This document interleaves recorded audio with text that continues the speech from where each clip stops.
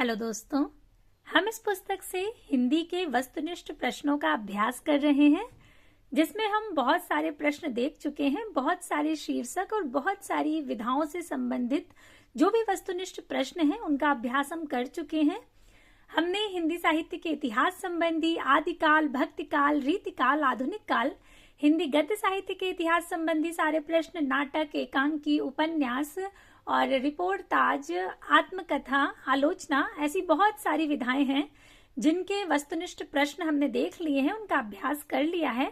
तो अगर आप लोगों ने अभी तक पिछले प्रश्नों का अभ्यास नहीं किया है तो आप प्लेलिस्ट के माध्यम से पिछले सभी प्रश्नों का अभ्यास करके अपनी तैयारी को बेहतर बना सकते हैं, क्योंकि हम ऐसा प्रयास करते हैं कि अभ्यास के दौरान जो भी चीजें आपको याद कराई जा सकती हैं उन्हें याद कराया जाए और जो कुछ भी समझाने योग्य है उसे समझाकर तब प्रश्न को हल कराया जाए। तो अगर आप लोग पिछले प्रश्न देख लेंगे तो आपकी तैयारी बहुत बेहतर हो जाएगी और साथ ही जो भी आगे के प्रश्न हैं, आगे का जो अभ्यास है वो बहुत आसान हो जाएगा। चीजें आपको बहुत आसानी से याद होंगी, क्योंकि जब हम एक क्रम से अध्ययन या अभ्यास करते हैं तो उसका प्रभाव अलग होता है। और इसके लिए आप लोग प्लेलिस्ट के माध्यम से अभ्यास कर सकते हैं और प्लेलिस्ट का लिंक जो है वो आपको डिस्क्रिप्शन बॉक्स में मिल जाएगा।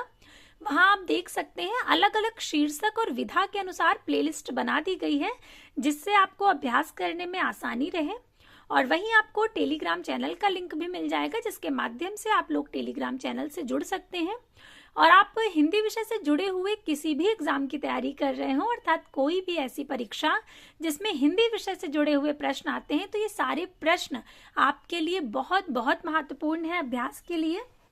अभी जो हमने पिछली कक्षा ली थी उसमें हम यात्रा वृत्तांत से संबंधित प्रश्न देख रहे थे। हमारा जो शीर्षक चल रहा है वो यात्रा साहित्य एवं व्यंग ये चल रहा है और उसके कुछ प्रश्न हमने देख लिए थे। जहां तक हमने प्रश्न देख लिए थे उसके आगे शुरुआत करेंगे। हमने प्रश्न संख्या 1910 यहां तक देख लिया था कि नहीं, यहां तक देखा था। अब ये प्रश्न देखना है कि निम्नलिखित में से लेखक और यात्रा साहित्य से संबंधित उनकी कृति का एक युग्म गलत है, वह कौन सा है।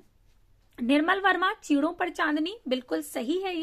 ये पिछली कक्षा में ये पुस्तक आपको दिखाई भी थी, निर्मल वर्मा, चीड़ों पर चांदनी। और इसके जो शीर्षक हैं वे भी दिखाए थे। अगर ये आप किसी ऐसी परीक्षा की तैयारी कर रहे हैं जो कि आपके और उसका पाठ्यक्रम है, आप किसी परीक्षा की तैयारी कर रहे हैं और उसके पाठ्यक्रम में यदि ये पुस्तक है चीड़ों पर चांदनी निर्मल वर्मा जी की, तो इसके जो शीर्षक हैं वो भी बहुत महत्वपूर्ण है, इसका क्रम, क्योंकि उसके क्रम से प्रश्न पूछे जाते हैं। ये जैसे कि इसे पहले 3 शीर्षकों में बांटा गया है, और ये उत्तरी रोशनियों की ओर, और उसके बाद चीड़ों पर चांदनी, और उसके बाद देहरी के बाहर। और इसके कुछ उप शीर्षक है। पिछली कक्षा में हमने देखा था, एक प्रश्न में पूछा गया था कि ब्रेख्त और एक उदास नगर, ये किसका शीर्षक है, किस विधा का। तो उसमें एक विकल्प था चीड़ों पर चांदनी, जो कि सही था। ये पिछली ही कक्षा में हमने देखा है। तो यहाँ पर हमें देखना है कि कौन सा युग्म गलत है। पहला, निर्मल वर्मा, चीड़ों पर चांदनी, बिल्कुल सही है।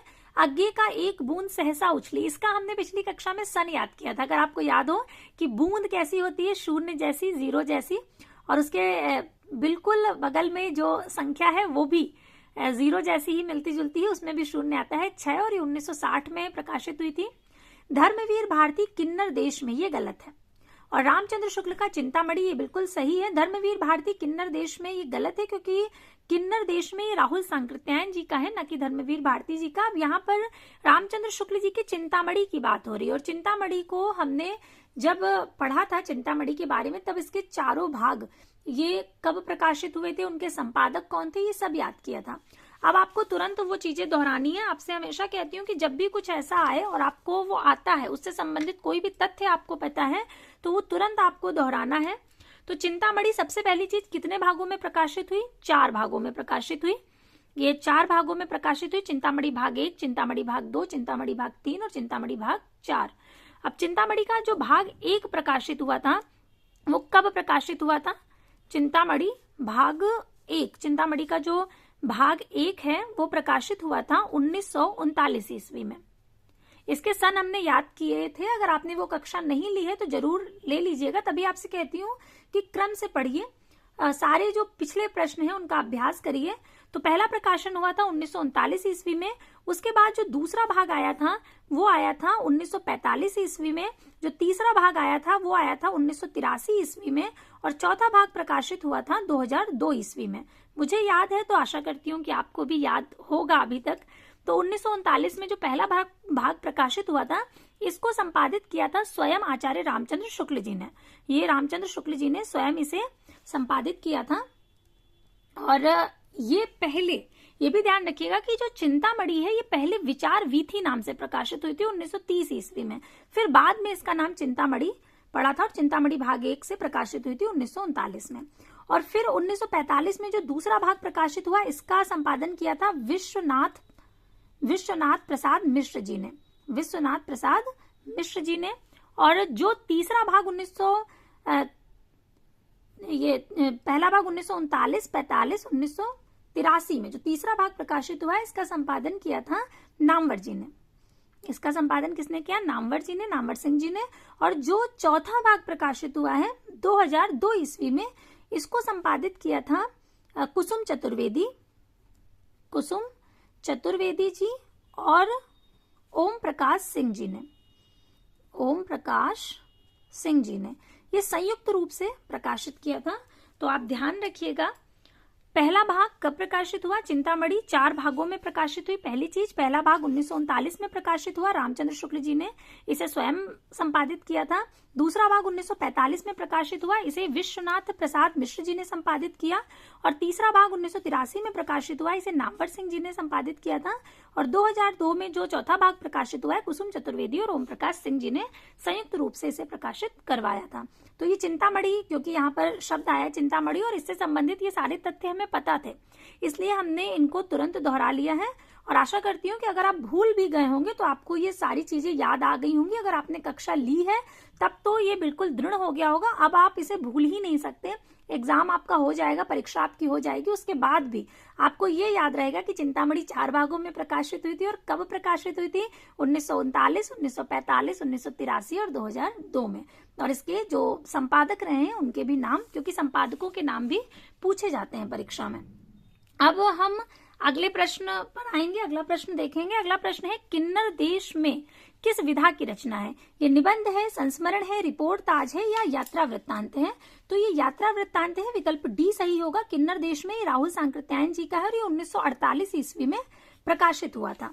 राहुल सांकृत्यायन का प्रसिद्ध यात्रा वृत्तांत किन्नर देश में है और इनके जो प्रसिद्ध यात्रा वृत्तांत हैं वे है मेरी तिब्बत यात्रा, मेरी लद्दाख यात्रा, घुमक्कड़ शास्त्र आदि। यात्रावृत्त लेखन की परंपरा का सूत्रपात भारतेंदु हरिश्चंद्र जी से माना जाता है और भारतेंदु ने सरयू पार की यात्रा, मेहंदावल की यात्रा, लखनऊ की यात्रा आदि शीर्षकों से यात्रावृत्ति की रचना की। संस्मरण इनका हिंदी के प्रथम संस्मरणकार पद्म सिंह शर्मा है और इनकी जो प्रमुख रचना है उसका नाम है पद्म पराग, जो कि 1929 ईस्वी में प्रकाशित हुई। और इनका जो रिपोर्ट ताज है, और रिपोर्ट ताज क्या है? ये फ्रांसीसी शब्द है, इस पर हम बहुत विस्तार से पढ़ चुके हैं। जो हमने इसकी कक्षा ली थी रिपोर्ट ताज की, उसमें आपको बताया था इसके विषय में। इसका जनक रूसी साहित्यकार इलिया एहरेनबर्ग को माना जाता है और हिंदी में शिवदान सिंह चौहान जी को। और इनका लक्ष्मीपुरा, हमने पढ़ा था लक्ष्मीपुरा के बारे में। अब अगला प्रश्न है कि हमारी जापान यात्रा किसके द्वारा रचित यात्रा वृत्तांत है? तो जापान यात्रा ये कन्हैयालाल मिश्र जी का है, विकल्प डी सही होगा। अन्य विकल्प है राम नारायण मिश्र, शिव प्रसाद सिंह और देवी प्रसाद खत्री।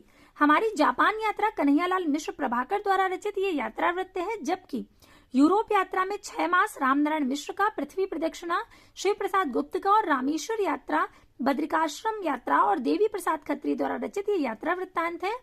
और यात्रा वृत्तांत लिखने की परंपरा का सूत्रपात भारतेंदु जी से माना जाता है। राहुल सांकृत्यायन, अज्ञे और नागार्जुन को आधुनिक हिंदी साहित्य का घुमक्कड़ वृहत्रयी कहा जाता है। अगर आपको याद हो, पिछली कक्षा में हमने इसे ऐसे याद किया था कि राहुल जी जब घूमने जाते थे तो किसको किसको साथ ले जाते थे? अज्ञे को और नागार्जुन को।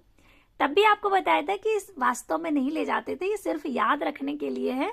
तो राहुल जी जब घूमने जाते थे किसे साथ ले जाते थे? अज्ञे और नागार्जुन को। तो राहुल, अज्ञे और नागार्जुन, इन तीनों लेखकों के नाम आते हैं घुमक्कड़ वृहत्रयी में। ध्यान रखिएगा, राहुल सांकृत्यायन, अज्ञे और नागार्जुन। इसके बाद अगला प्रश्न है कि एक बूंद सहसा उछली यात्रा वृत्त के लेखक कौन है? निर्मल वर्मा, विष्णु प्रभाकर, सच्चिदानंद हीरानंद वात्स्यायन अज्ञे या मोहन राकेश। तो विकल्प सी यहाँ पर सही होगा। ये एक बूंद सहसा उछली किसका है? अज्ञे का है। और इसका प्रकाशन वर्ष हमने याद किया था, क्या है? 1960 ईस्वी।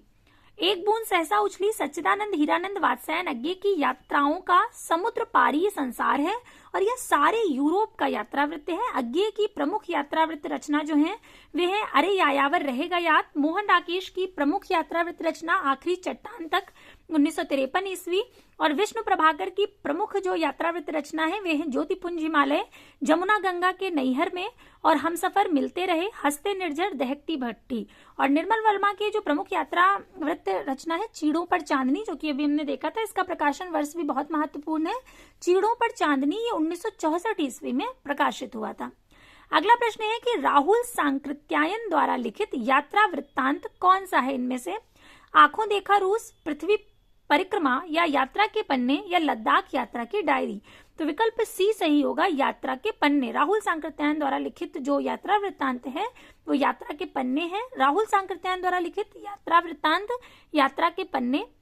राहुल सांकृत्यायन ने निम्न यात्रा वृत्तांतों की रचना की है: मेरी तिब्बत यात्रा, मेरी लद्दाख यात्रा, किन्नर देश में घुमक्कड़ शास्त्र, चीन में क्या देखा और चीन में कम्यून। ये सब इनके हैं। ये हम कई बार पढ़ चुके हैं। पिछली कक्षा में भी हमने राहुल सांकृत्यायन जी के सारे यात्रा वृत्तांत देखे थे। जब हम इसे बार बार सुनते हैं तो चीजें अपने आप याद हो जाती हैं। अगर आप निरंतर ध्यान से कक्षाएं सुन रहे हैं तो निश्चित रूप से चीजें आपको याद रहती होंगी। तो मेरी लद्दाख यात्रा, मेरी तिब्बत यात्रा, किन्नर देश में घुमक्कड़ शास्त्र, चीन में क्या देखा, चीन में कम्यून, ये सारी किसकी हैं? राहुल सांकृत्यायन जी की हैं। फिर है रूस की सैर तथा आंखों देखा रूस। ये जवाहरलाल नेहरू के यात्रा वृत्तांत है। रूस की सैर और रूस आंखों देखा रूस। तो ये जो भी रूस से संबंधित है वो जवाहरलाल नेहरू जी के यात्रा वृत्तांत है, ध्यान रखिएगा। और इसके बाद है पृथ्वी प्रदक्षिणा यात्रा वृत्तांत के लेखक कौन है? तो शिव प्रसाद गुप्त जी हैं। पृथ्वी प्रदक्षिणा शिव प्रसाद गुप्त जी का है। लद्दाख यात्रा की डायरी के लेखक हैं कर्नल सज्जन सिंह। और यात्रा वृत्तांत लिखने की जो परंपरा है उसका सूत्रपात भारतेंदु जी ने किया। और फिर इसके बाद जो प्रश्न है वो प्रश्न है कि यह भी कोई देश है महाराज किस विधा की रचना है? यह भी कोई देश है महाराज ये यात्रा साहित्य है। विकल्प ए सही होगा। अन्य विकल्प हैं संस्मरण, रिपोर्ट ताज और डायरी। यह भी कोई देश है महाराज यात्रा साहित्य विधा की रचना है और इस यात्रा साहित्य के लेखक अनिल यादव हैं। अनिल यादव पत्रकार तथा लेखक के रूप में प्रसिद्ध हैं और इनकी प्रमुख कृतियां हैं नगर वधुएं अखबार नहीं पढ़ती आदि। यह भी कोई देश है महाराज के स्थान पर वह भी कोई देश है महाराज ये होगा। यहाँ पर ये गलत दिया गया है, वह भी कोई देश है महाराज ये सही शीर्षक है। फिर है सही युग्म का चयन कीजिए। यहाँ पर 4 युग्म दिए गए हैं और उनमें से कोई एक सही है, उसका चयन करना है। तो सही है मोहन राकेश आखिरी चट्टान तक। इसके अतिरिक्त जो 3 है भगवत शरण उपाध्याय विलायत यात्रा, देवेंद्र सत्यार्थी का तूफानों के बीच और रामवृक्ष बेनीपुरी हिमालय यात्रा, ये तीनों गलत हैं। और यहाँ पर डी सही होगा मोहन राकेश आखिरी चट्टान तक। तूफानों के बीच रांगे राघव का हम लोग पढ़ चुके हैं कई बार। मोहन राकेश का यात्रा वृत्तांत आखिरी चट्टान तक सही है।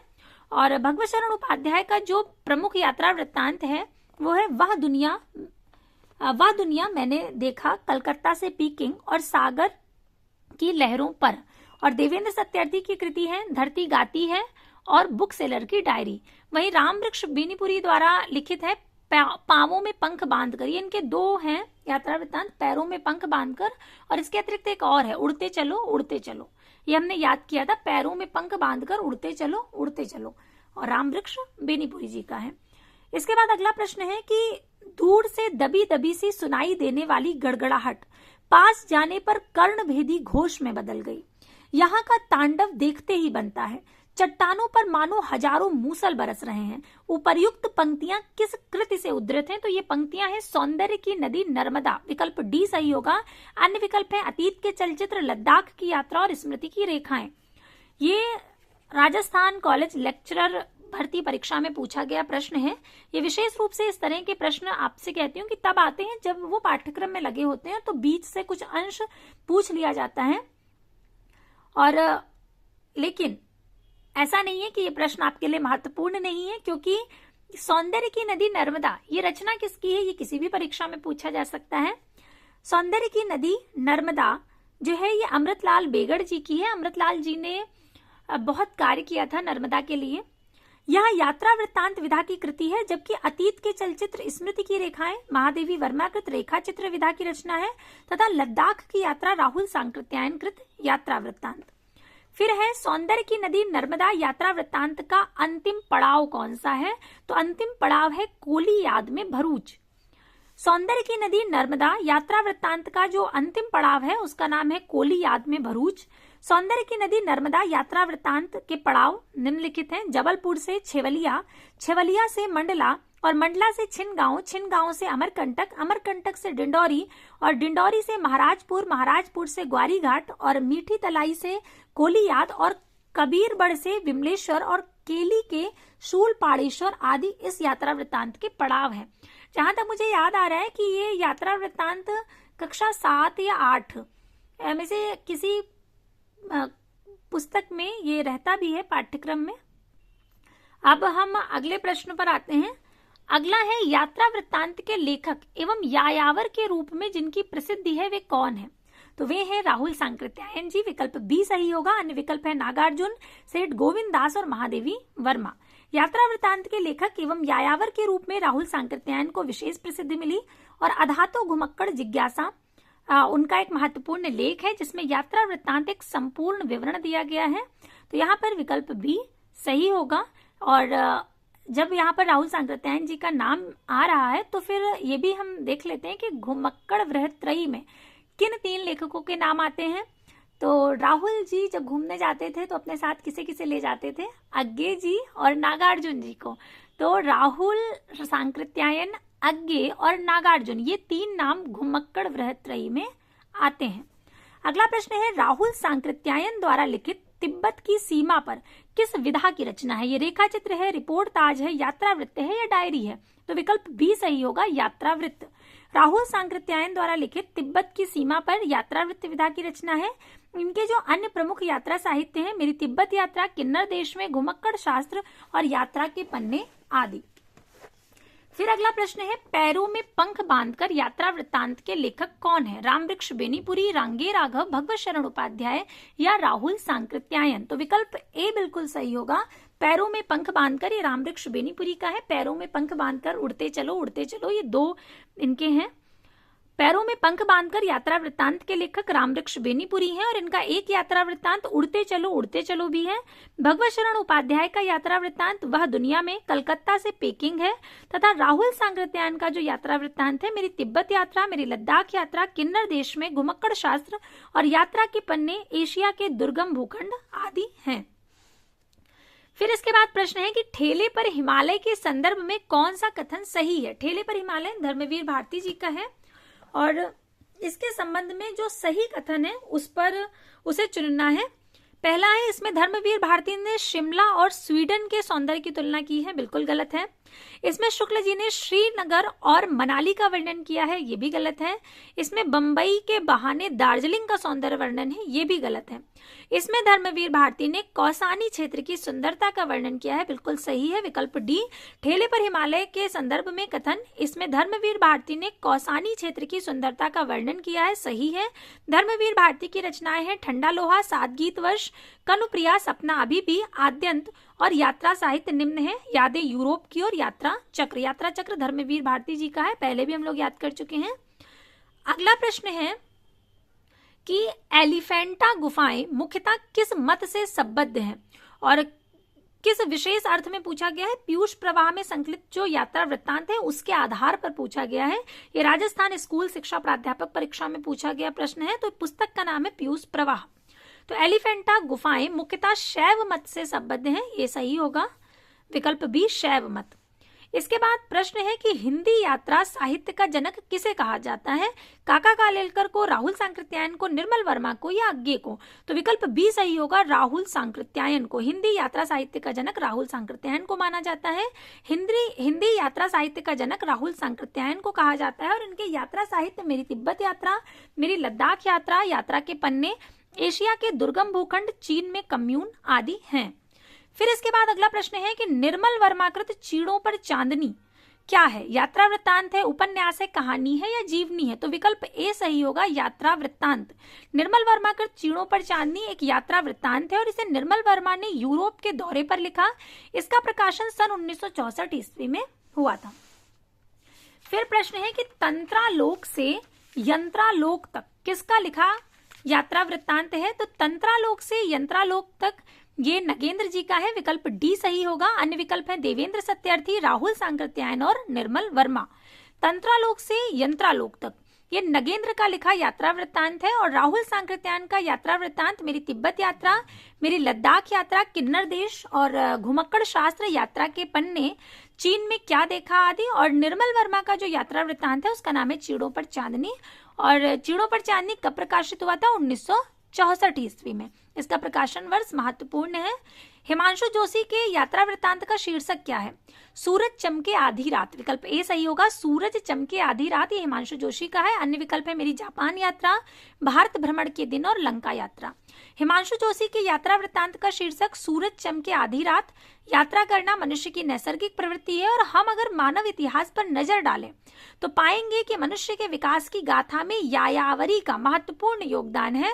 हिमांशु जोशी का अन्य यात्रा वृत्तांत है यातना शिविर में।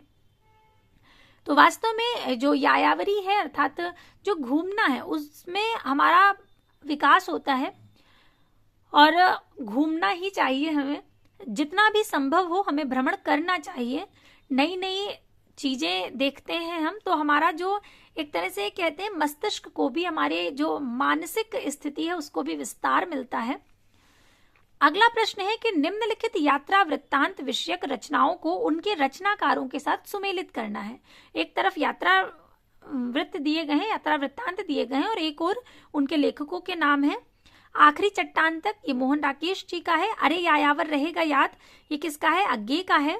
और हंसते निर्झर दहकती भट्टी विष्णु प्रभाकर का है। पैरों में पंख बांधकर रामवृक्ष बेनीपुरी, ये हम लोग इतने बार पढ़ चुके हैं कि बहुत अच्छे से याद हो गया है। विकल्प सी सही होगा।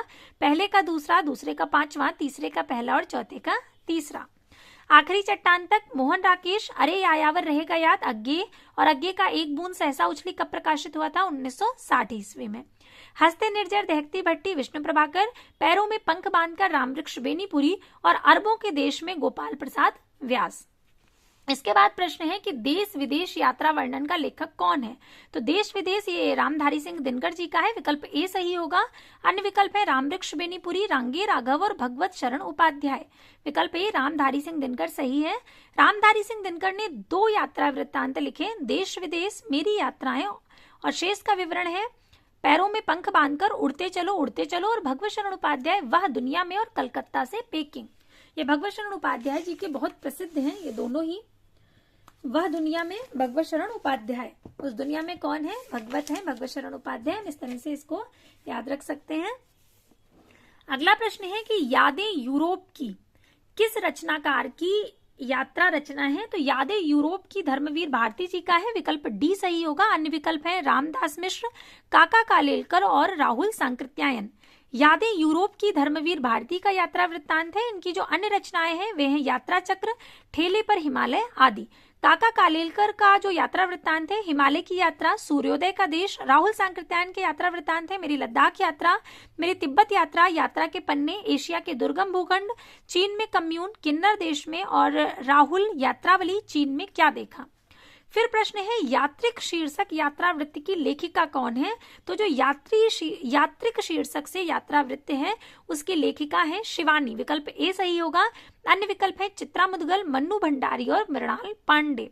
यात्रिक शीर्षक यात्रा वृत्त की लेखिका शिवानी है। शिवानी के जो प्रमुख उपन्यास हैं वे हैं 14 फेरे, कृष्णकली और भैरवी, विषकन्या, करिए छिमा और शमशान चंपा, गैंडा, माड़िक और रथ्या और किश्नुली और विवर्त। इसके बाद प्रश्न है अरे यायावर याद रहेगा याद के रचनाकार कौन है? तो विकल्प सी सही होगा, अज्ञे। अन्य विकल्प है मुक्तिबोध, निराला और नगेंद्र। अरे यायावर रहेगा याद के रचनाकार अज्ञे हैं। इनका एक अन्य यात्रा वृत्तांत एक बूंद सहसा उछली कब प्रकाशित हुआ था? 1960 ईस्वी में। और डॉक्टर नगेंद्र के यात्रा वृत्तांत हैं तंत्रालोक से यंत्रालोक तक, अप्रवासी की यात्राएं और यात्रा वृत्तांत लिखने की परंपरा का सूत्रपात भारतेंदु जी से माना जाता है। तो अभी हमने इस कक्षा में बहुत बार देखा कि एक बूंद सहसा उछली कब प्रकाशित हुआ था, 1960 ईस्वी में। इसे हमने पिछली जो कक्षा है उसमें याद भी किया था और आपको याद होगा कि किस तरीके से याद किया था। तो एक बूंद सहसा उछली 1960 ईस्वी में प्रकाशित हुआ, अग्गे जी का है। और इसके अतिरिक्त हमने एक चीज और याद करी बहुत अच्छे से, कौन सी, कि घुमक्कड़ वृहत्रयी में 3 नाम किसके किसके आते हैं। तो राहुल जी का तो आता ही है, और राहुल जी जब अपने साथ जाते थे तो किसे लेकर जाते थे, अग्गे और नागार्जुन जी को। तो राहुल सांकृत्यायन, सच्चिदानंद हीरानंद वात्स्यायन अग्गे और नागार्जुन, ये 3 नाम आते हैं घुमक्कड़ वृहत्रयी में। तो आज के लिए हम लोग इतने ही प्रश्नों को रखेंगे। इसके आगे के जो प्रश्न है उनका अभ्यास हम अगली कक्षा में करेंगे। तब तक के लिए धन्यवाद।